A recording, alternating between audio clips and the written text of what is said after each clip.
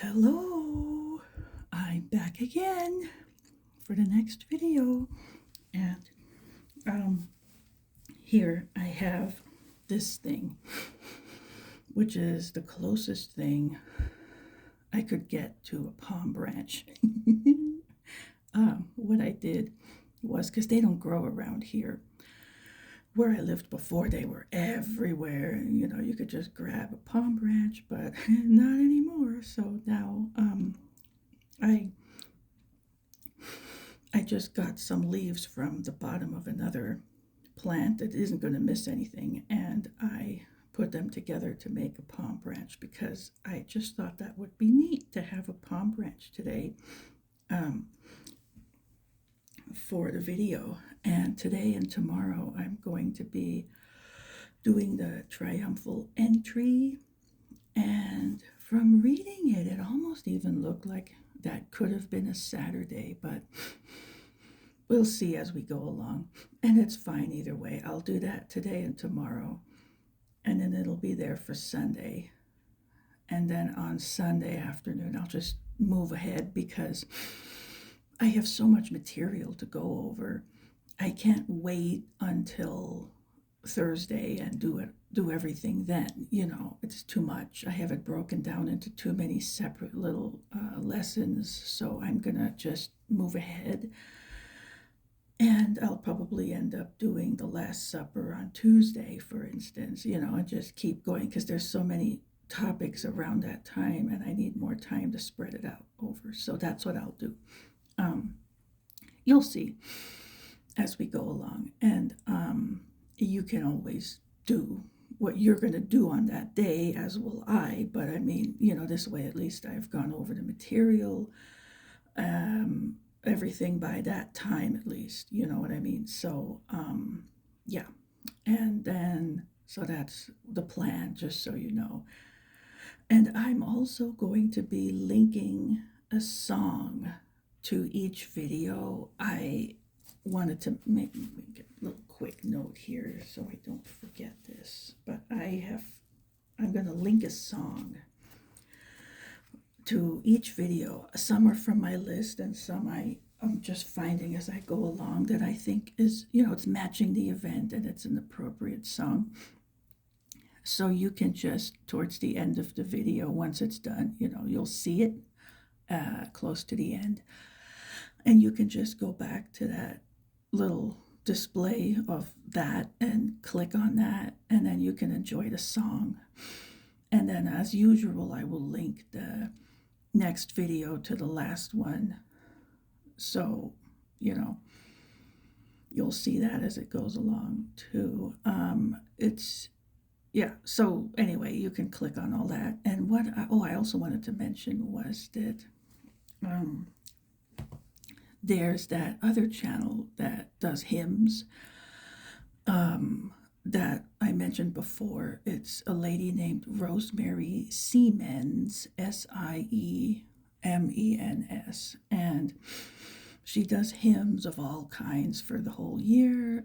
And if you subscribe to her, then you get the ones in your box, in your subscription box, on YouTube when she does them, for like she has them coming out now for this time. And on Sunday, this Sunday, which is Palm Sunday, she's going to have a whole set of them apparently coming out that morning. So, if you want to enjoy, you can enjoy these things. And I just want to mention them as I go along. So now, the next thing I have is this. Let me grab it.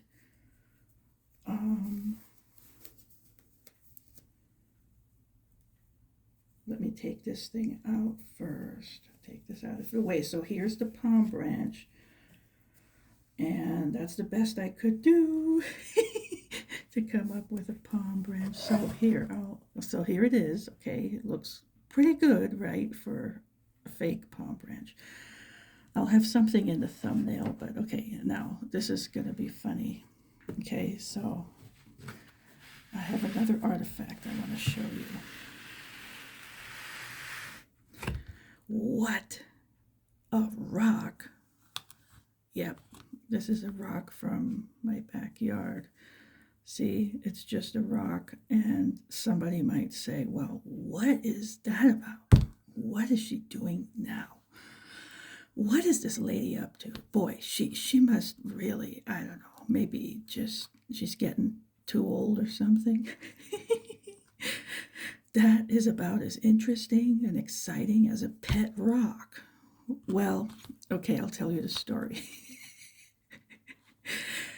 Okay, this rock is taking a nice vacation just because of me.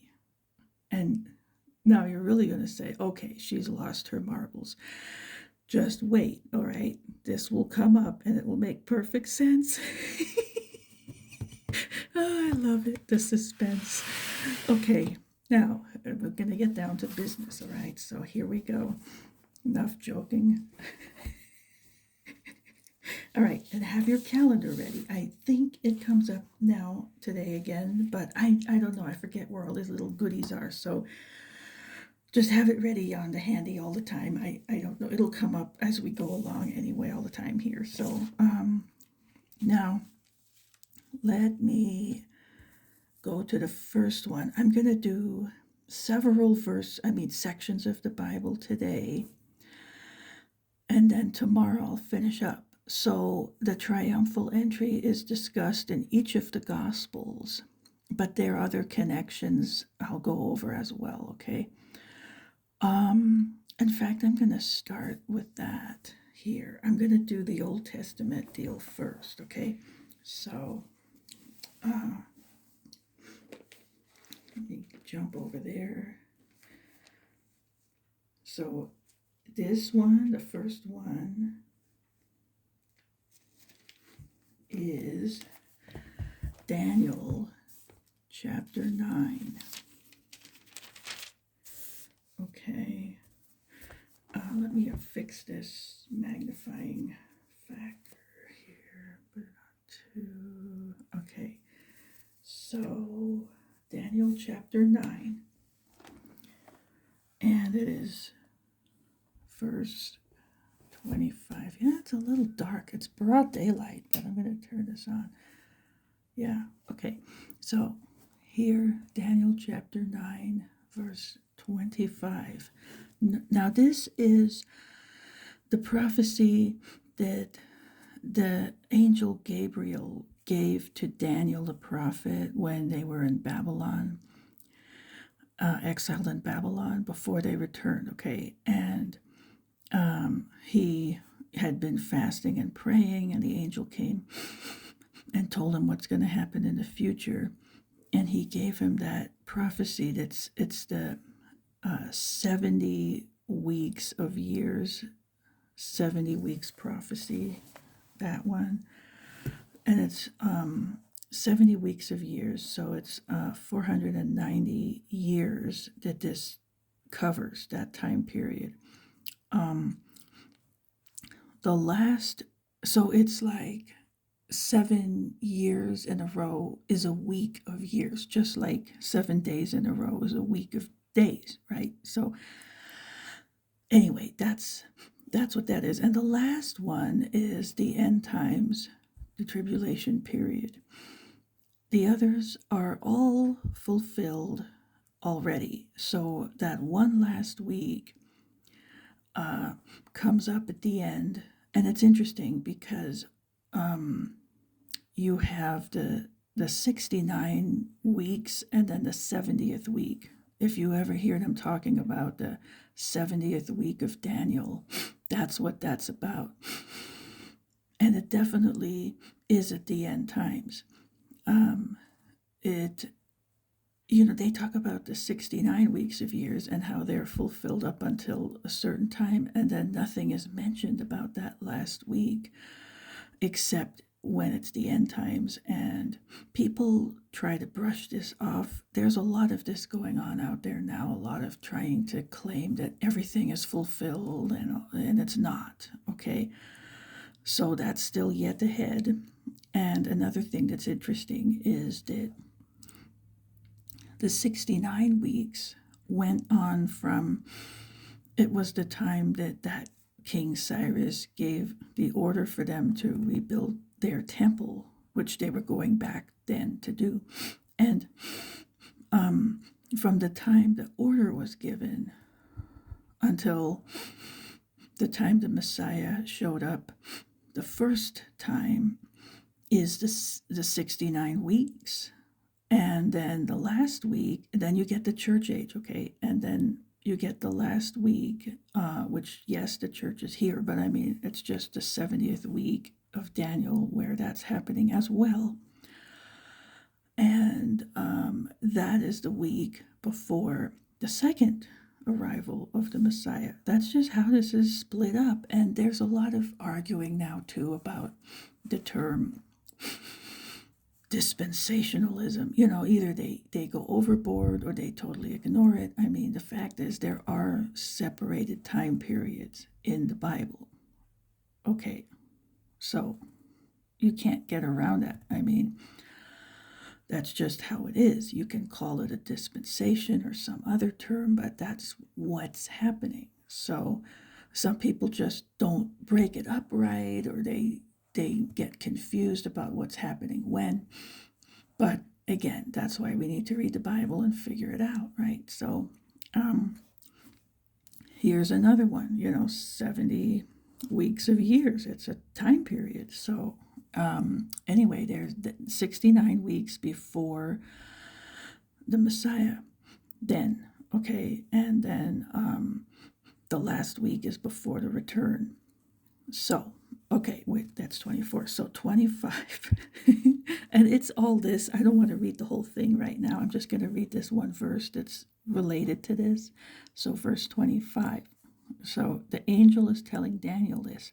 Know therefore and understand that from the going forth of the command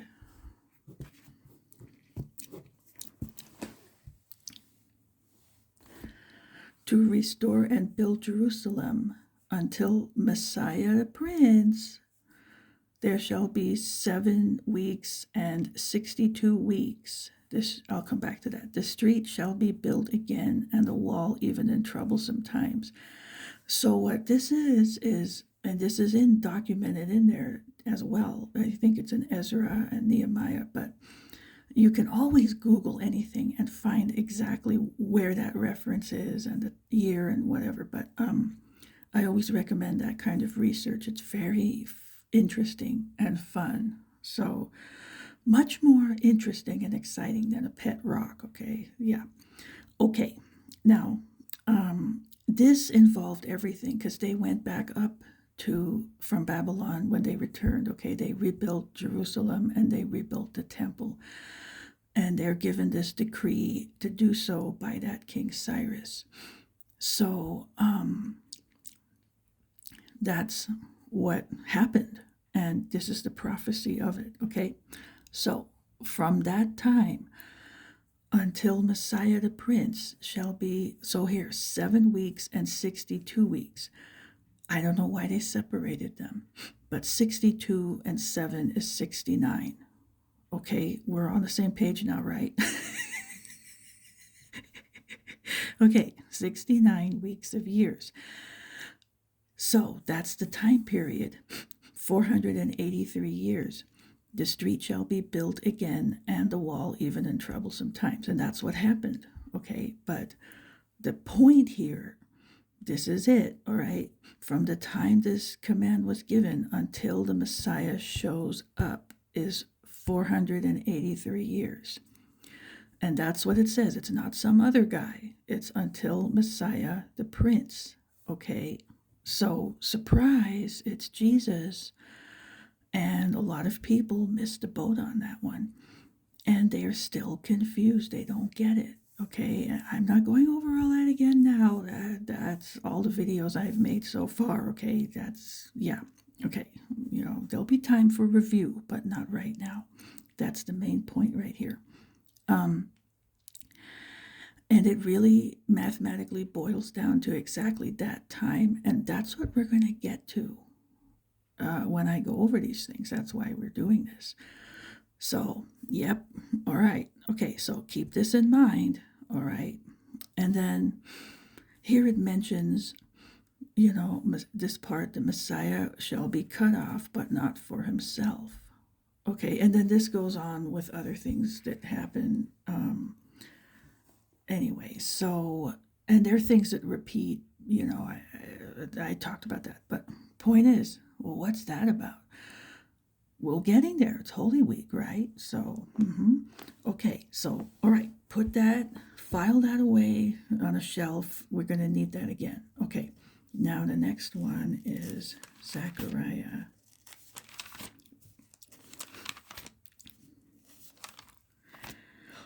9. So just a few more over and you get there, Zechariah 9. And we're just going to look at verse 9. And then we'll jump into the Gospels here. Okay, so verse 9. So chapter 9, verse 9, Zechariah. Okay, rejoice greatly, O daughter of Zion. Shout, O daughter of Jerusalem. Behold, your king is coming to you. He is just and having salvation, lowly and riding on a donkey, a colt, the foal of a donkey. So apparently this was a baby donkey, or, I'm not very well versed with animals, okay? So anyway, but I believe that's a young donkey. Anyway, moving on. So, what's interesting, Jerusalem is mentioned, not just Israel, right? But Jerusalem. And it says, your king is coming to you, okay? So, not just anyone, your king. And then attributes of justice, having salvation, okay? Lowly and riding on a donkey. So, being humble is another one. Riding in on a donkey, okay? So, and then even a young donkey. So, okay, and that we're getting there, but that's another one. Put that file on the shelf. We're going to need it soon. But,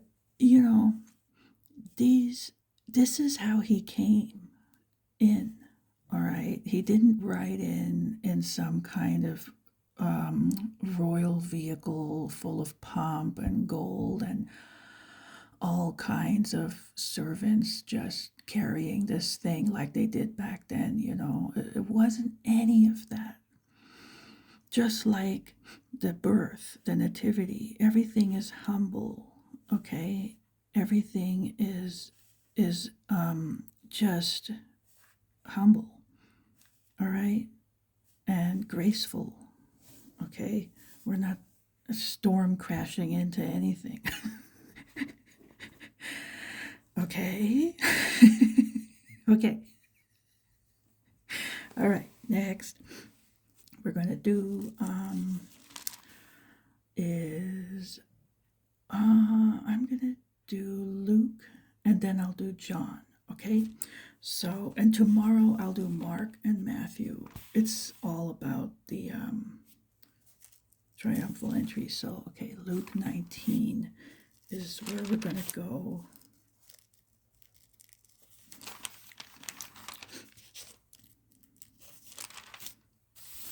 Okay, Luke 19, and we're going to start in verse 28.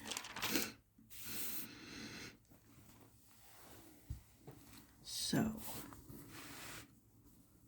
here, the triumphal entry. See? Okay, so that, and then after that, we'll do John, and that's a little longer, but yeah, so, okay. Starting in verse 28. Okay, and this was a parable here, so I'm not going over everything. I'm just going over like these significant events, okay? So this is just referring to what had been said. When he had said this, he went on ahead, going up to Jerusalem. So they were on the way, he was on the way. And it came to pass, when he drew near to Bethphage and Bethany at the mountain called Olivet, that he sent 2 of his disciples, saying, okay, now keep in mind, All right. This doesn't all like he doesn't go over the Lazarus case, the story with Lazarus being raised. So he just mentions they went there, So there are those things. Okay, not everybody covers everything, but he's going over that again. He went up to Jerusalem, basically, is, what's happening, but these things happened along the way. Okay. That he sent two of his disciples, saying, "Go into the village opposite you, where as you enter, you will find a colt tied on which no one has ever sat. Loose it and bring it here. And if anyone asks you, 'Why are you loosing it?' thus you shall say to him, 'Because the Lord has need of it.'"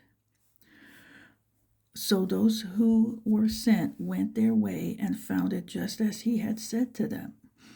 But as they were loosing the colt, the owners of it said to them, "Why are you loosing the colt?" And they said, "The Lord has need of him." Then they brought him to Jesus, and they threw their own clothes on the colt, and they set Jesus on him. And as he went, many spread their clothes on the road. So now, just to mention, my thinking is that whoever had the donkey ready, he probably knew Zechariah 9:9, and he thought, he looked at Jesus, looked at that Bible verse, and thought, yep, yeah, he's going to need a donkey, so I'd love to be the one to supply it, and I'm just going to leave it right here. And maybe he went and prayed, if this is him, then let the disciples come and get this donkey, and that'll be a sign. And then it happened. And that's what I think, and he knew all this, so he's like, yeah, there's a donkey, you go get it. So anyway, they're not going to tell us everything, but I'm thinking that's what it was. Anyway, and then they throw their clothes on the road. That's pretty, really like, wow, right? To throw your clothes on the road for the donkey to cross over. Anyway, okay, so 37. Then, as he was now drawing near the descent of the Mount of Olives, the whole multitude of the disciples began to rejoice and praise God with a loud voice for all the mighty works they had seen, saying, so this was, you can picture a large crowd, of who, as I was saying, he had done so much for them, and now they're hailing him as their king, and he's making his way into the city of Jerusalem from up that hill. Okay, so saying, "Blessed is the King who comes in the name of the Lord. Peace in heaven and glory in the highest." Okay, and so they're hailing him, as king, and all of this. So, and one more thing before I move on. I have heard false teachers saying that the same crowd that was shouting, Hosanna in the highest and all of this was the same crowd that was shouting crucify later, and that's not true. This was not the same crowd that would shout the same thing.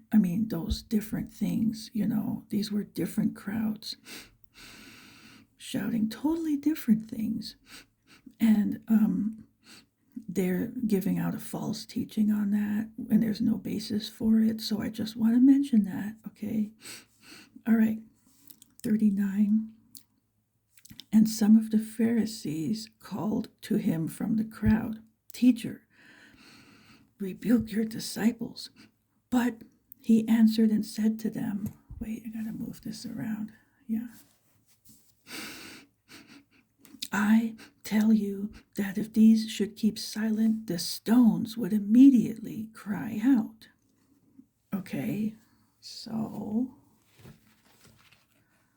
that's where he comes in. Remember this guy? He's taking a long vacation because of me. See, I told you it would come in.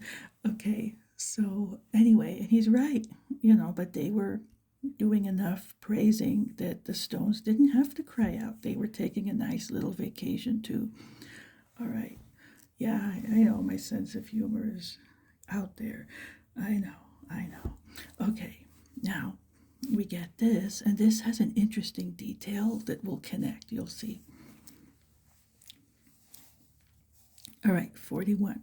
Now, as he drew near, he saw the city and wept over it, saying, if you had known, even you, especially in this your day, the things that make for your peace, but now they are hidden from your eyes. For days will come upon you when your enemies will build an embankment around you, surround you, and close you in on every side, and level you and your children within you to the ground, and they will not leave in you one stone upon another, because you did not know the time of your visitation. Okay, so it's heavy, all right. Your visitation. What's that about, right? Well, I just read it over there in Daniel. The 69 weeks of years. If they had been paying attention, they would have known.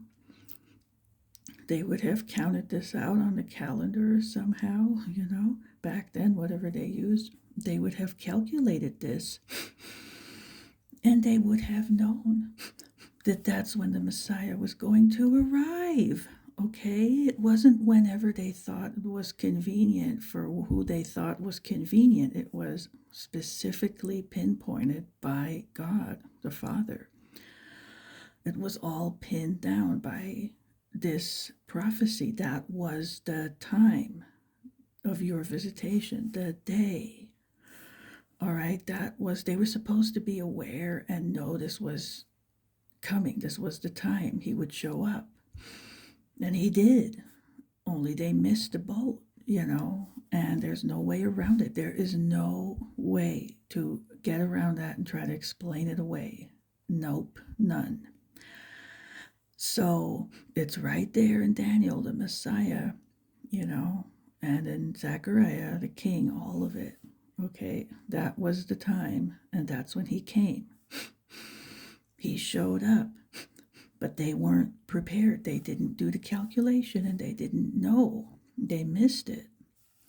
So anyway, that they weren't paying attention to these things. That's the whole thing, that they missed it. So okay, now and all this stuff happened in 70 AD. We all know about all that. But so another place it mentions, I guess it was with Herod, when they were asking, where is the Messiah supposed to be born?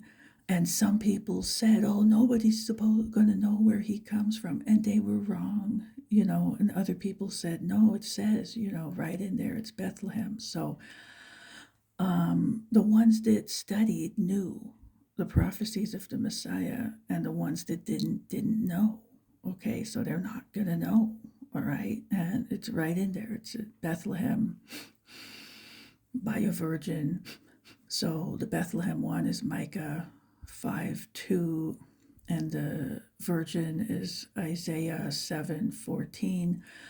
And it is a virgin. It's not a young maiden, because young maidens, surprise, give birth all the time. No miracle there. Nope.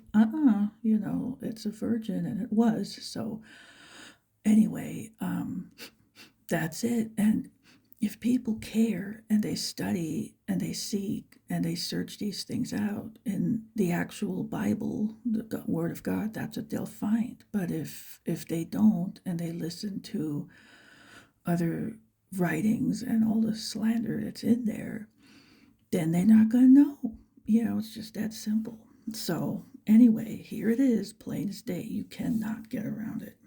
Okay, now we just have this little bit here for Luke. All right, 45. Then he went into the temple and began to drive out those who bought and sold in it, saying to them, "It is written, my house is a house of prayer, but you have made it a den of thieves." So, this I mentioned earlier goes back to the practice they had about cleaning out the leaven from their houses on the week of, or before the week of unleavened bread started. So that's what he was doing, his house, my house. Hint, hint. Okay, moving on. And he was teaching daily in the temple, but the chief priests, the scribes, and the leaders of the people sought to destroy him and were unable to do anything, for all the people were very attentive to hear him. Okay. And then 20 we'll do later. I have all this mapped out when we'll do what. So then now we're going to jump over to John. And I mean, that's pretty obvious, what was happening there. All right, John 12. Yeah, John 12. And we left off in verse 12 yesterday. So we'll pick up in verse 12. Move the rock. All right, verse here, the triumphal entry, 12, and we're going to finish chapter 12, but we're starting in verse 12. Yeah, I don't have anything else here. Okay, just this. All right, so this is picking up after the Lazarus raising. So, okay, verse 12. The next day, a great multitude that had come to the feast, when they heard that Jesus was coming to Jerusalem, took branches of palm trees and went out to meet him and cried out, "Hosanna! Blessed is he who comes in the name of the Lord, the King of Israel." Then Jesus, when he had found a young donkey, sat on it, as it is written, "Fear not, daughter of Zion. Behold, your king is coming, sitting on a donkey's colt." Move this. His disciples did not understand these things at first, but when Jesus was glorified, then they remembered that these things were written about him and that they had done these things to him. So, glorified is like after the ascension, when he went to the right hand of the Father, which is where he's been ever since. So that's the reality. Okay. Now, therefore the people who were with him when he called Lazarus out of his tomb and raised him from the dead bore witness. For this reason, the people also met him, because they heard that he had done this sign. The Pharisees therefore said among themselves, "You see that you are accomplishing nothing. Look, the world has gone after him." I just love that. Anyway, this whole crowd, after the raising of Lazarus, anybody who had eyes to see could see. And they were the ones who hailed him at the triumphal entry. And it sort of rubbed them the wrong way, So they said this thing, the whole world has gone after him. Yep, and it still goes on to this day, and it's not going to end. Okay. Yeah, so this one we keep going. 20. Now there were certain Greeks among those who came up to worship at the feast. Then they came to Philip, who was from Bethsaida of Galilee, and asked him, saying, "Sir, we wish to see Jesus." Philip came and told Andrew, and in turn Andrew and Philip told Jesus. But Jesus answered them, saying, "The hour has come that the Son of Man should be glorified. Most assuredly, I say to you, unless a grain of wheat falls into the ground and dies, it remains alone. But if it dies, it produces much grain. He who loves his life will lose it, and he who hates his life in this world will keep it for eternal life. If anyone serves me, let him follow me, and where I am, there my servant will be also. If anyone serves me, him my Father will honor. Okay, so he says this at that time, and there are a lot of things in there. So, yeah, I mean, there are a lot of things that this is speaking about, but this being glorified, it actually involves all of it, okay, up through being at the right hand of God. Everything that happened, he was glorified in it. So I'll get to that when we get there, okay? It's coming. Most assuredly, I say to you, yeah, so unless a grain of wheat falls to the ground and dies, it remains alone. But if it dies, it produces much grain. This, of course, is speaking of him in his death, but it's also true of martyrs when they die. This is how that goes. And then this here, he who loves his life will lose it, and he who hates his life in this world will keep it for eternal life. So it's that same thing again, that if you hold on to your life and cling to it, you'll basically not make it, but if you let it go for his sake, then you do make it. All right. There are a lot of similar ones like this where it's that idea of, what good does it do to gain the whole world and lose your soul? And the other way around, you lose your life for the gospel's sake and you gain it. You enter heaven with a crown. So, yeah. And that's how that works. And it all comes down to our daily lives. I mean, there's so many people that make the wrong choices all the time. I mean, think of Judas, the prime example right there. And then people who lose their lives for him all the time is the opposite example, the martyrs. And so that is it. It all comes down to a choice you have to make, and you basically have to be ready to give up anything and everything if called upon to do so, and that's it. Okay, and I've talked about that. I could talk about that for hours, but that's what's going on here. All right. If anyone serves me, let him follow me, right? And where I am, there my servant will be also. If anyone serves me, my Father will honor. Okay, so there's a sequence here. Okay, now this part. 27. Now my soul is troubled, and what shall I say? Father, save me from this hour, but for this purpose I came to this hour. Father, glorify your name. So again, this is why he came. All right, then a voice came from heaven saying, I have both glorified it and will glorify it again. Okay, and that's by what's going to take place.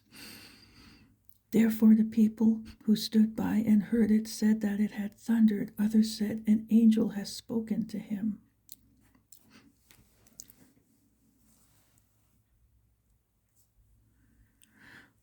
Let me make sure we can see the right spot here. Yeah. Okay. This is, yeah, it shows up. Okay. All right. Back to that. So Jesus answered and said, this voice did not come because of me, but for your sake.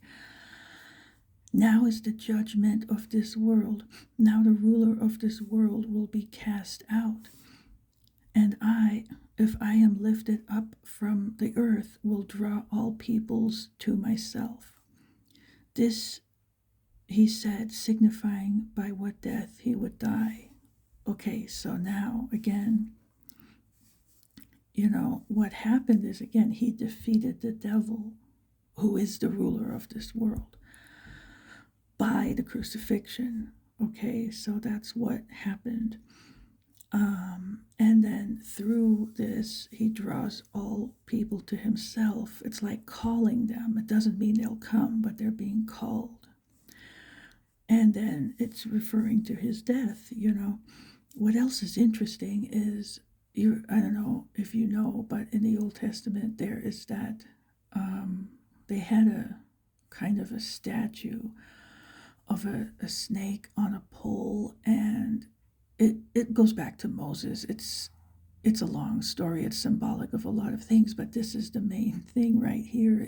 If you look at it, you almost can see the crucifixion in it.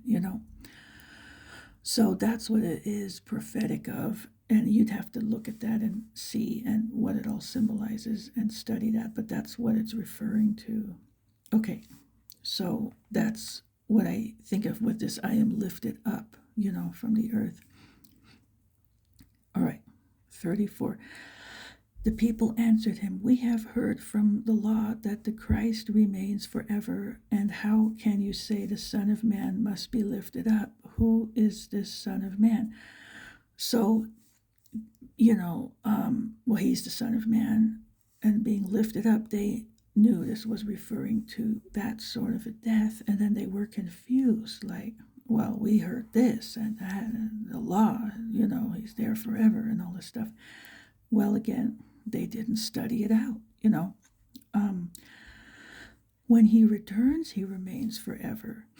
But in the meantime, this is what happens, that's what happened. And then, there's the church age, and then he returns and rules forever, and all that stuff happens. It's another one of those prophecies where it's divided into two sections. It's not one continuous stream.